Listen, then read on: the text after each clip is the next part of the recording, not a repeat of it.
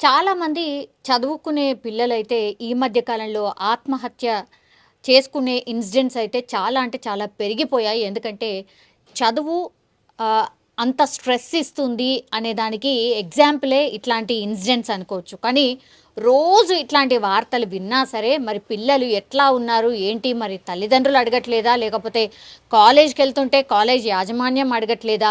లేకపోతే care takers అడగట్లేదా?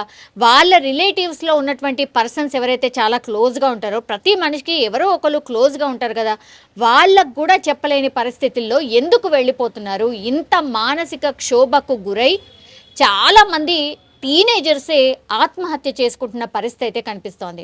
Again ఇట్లాంటి ఇన్సిడెంటే జరిగింది. అదెక్కడ అంటే విజయనగరంకి సంబంధించి నెల్లిమర్ల మిమ్స్ మెడికల్ కాలేజ్‌లో చదువుతున్నటువంటి ఒక విద్యార్థి. ఆయన పేరొచ్చేసి సాయి మణిదీప్. ఆయనకు 24 సంవత్సరాలు. అంటే ఆహ్, మెడిసిన్ చదువుతున్నటి విద్యార్థి ఎవరైతే ఉన్నారో ఆయన సూసైడ్ చేసుకొని చనిపోయిన పరిస్థితి అయితే కనిపిస్తోంది. మొన్నటి వరకు కూడా మనకు తెలుసు కార్పొరేట్‌కి సంబంధించిన కాలేజెస్‌లో చిన్న చిన్న పిల్లలు inter first year, second year చదువుతున్న పిల్లలు, లేదంటే డిగ్రీ చదువుతున్న పిల్లలు ఇట్లా చాలామంది ఆత్మహత్య చేసుకొని చనిపోతున్నారు. చాలా కేసెస్ అయితే ఉరి శిక్ష అంటే ఆహ్, ఉరి వేసుకొని చనిపోతున్న పరిస్థితి అయితే మనకు స్పష్టంగా కనిపిస్తోంది. కానీ ఈ ఇన్సిడెంట్‌లో మాత్రం ఆయన పురుగుల మందు తాగి చనిపోయిన పరిస్థితి అయితే కనిపిస్తోంది. ఆయన ఒక లెటర్ కూడా రిలీజ్ చేశాడు. అమ్మా, నాన్న నన్ను క్షమించండి. బికాజ్ మీరు ఏదైతే ఎక్స్‌పెక్ట్ జేస్తున్నారో, నా పైన ఆశలు ఏవైతే పెట్టుకున్నారో అవన్నీ నా వల్ల కావట్లేదు. అందుకనే నేను చనిపోవడమే శరణ్యం అనుకున్నాను. అందుకే నేను ఇట్లా పిచ్చోడిలాగా తిరగలేను.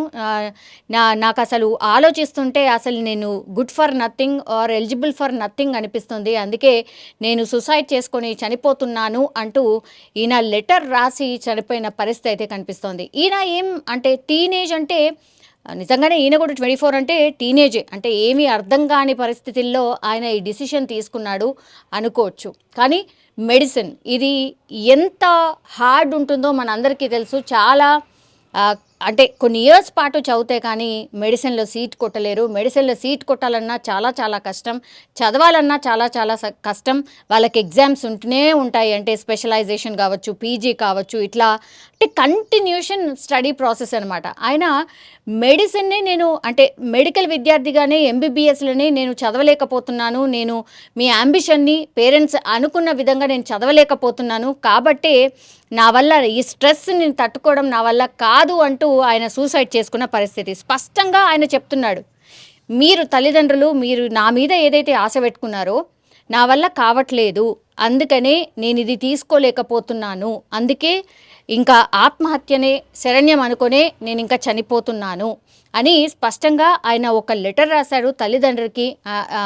అండ్ తోబుట్టువులకి ఆయన లెటర్ రాసి చనిపోయిన పరిస్థితి అయితే కనిపిస్తోంది. అమ్మా, నాన్న మీరు నా నా తోడబుట్టువులు ఎవరైతే ఉంటారో వాళ్ళని మంచిగా చూసుకోండి. నా వల్ల అవ్వట్లేదు.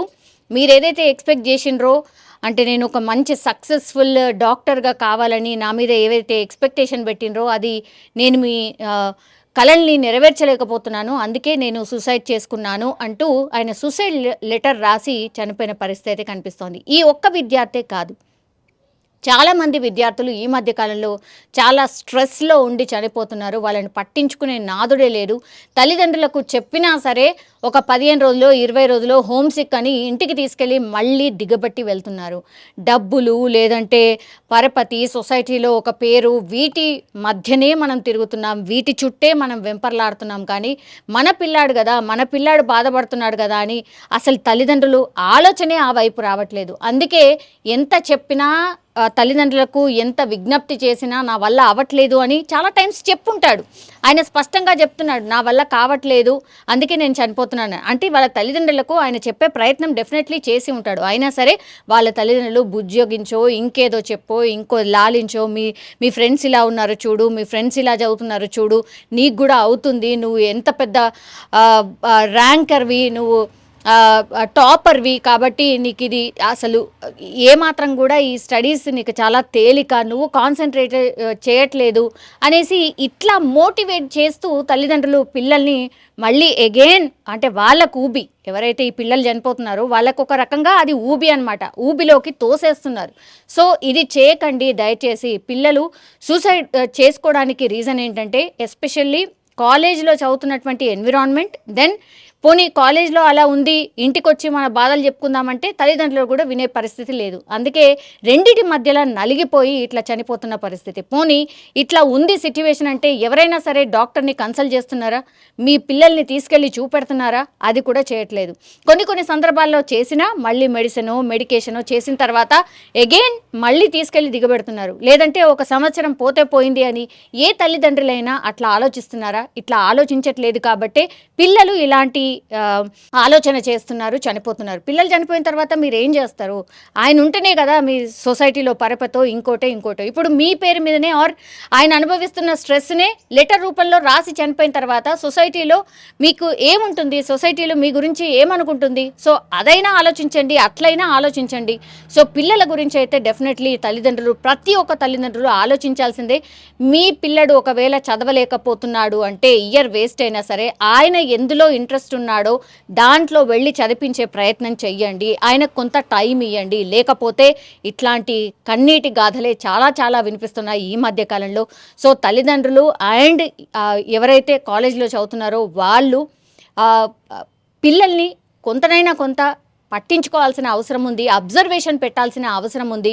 వాళ్ళకు కూడా కొంతమేర స్ట్రెస్ రిలీఫ్ చేయడానికి ఒకటే తీరుగా పొద్దున్న నుంచి రాత్రి వరకు స్టడీ అవర్స్ అని రుద్దేయకుండా కనీసం వాళ్ళకు స్పేస్ ఇవ్వండి, బ్రీత్ స్పేస్ ఇవ్వండి అని చాలామంది పిల్లలు కోరుతున్న సిచ్యువేషన్ అయితే కనిపిస్తుంది. కానీ నిజంగానే చాలా బాధాకరం. అండ్ ఇప్పుడు ఒక ఎంబీబీఎస్ విద్యార్థి ఈ ఒత్తిడిని తట్టుకోలేక చనిపోయిన సిచ్యువేషన్ అయితే కనిపిస్తోంది. కన్నీరు మున్నీరుగా వాళ్ళ తల్లిదండ్రులకు ఒక శోకాన్ని మిగిలిస్తున్న పరిస్థితి అయితే కనిపిస్తోంది.